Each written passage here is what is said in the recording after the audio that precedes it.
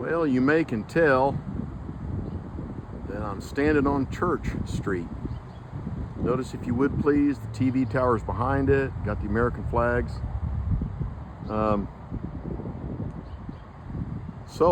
And you can tell by the new sign and everything, maybe or maybe not, I'm here in Cedar Hill, Texas. Like to take some days just to think, ponder, reflect, consider.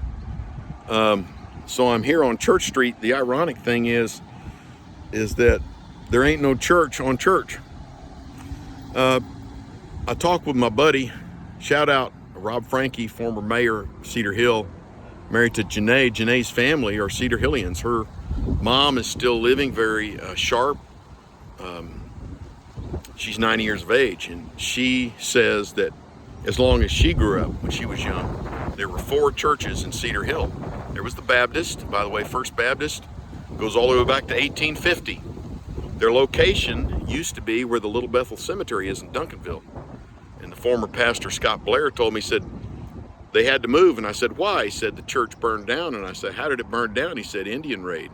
Native Americans burned the church house down. So they thought it would be safer to move into town where there was, more people.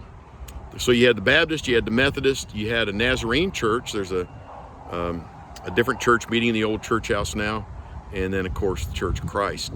But kind of sadly, things move, but there ain't no church on church. And so it's kind of a metaphor for life today, which is this: times change, but things don't. Times change, but things don't. For the first time in the history of America, I was told that church membership is below 50%. And so it's kind of a metaphor today.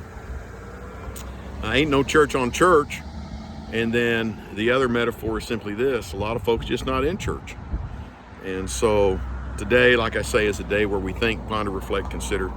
So that's kind of my meditation today. Everybody needs a church home. Everybody needs a faith in the Lord.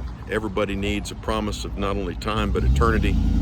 And so I'm mindful of a little verse out of Ephesians chapter 5. Christ loved the church and gave himself up for her.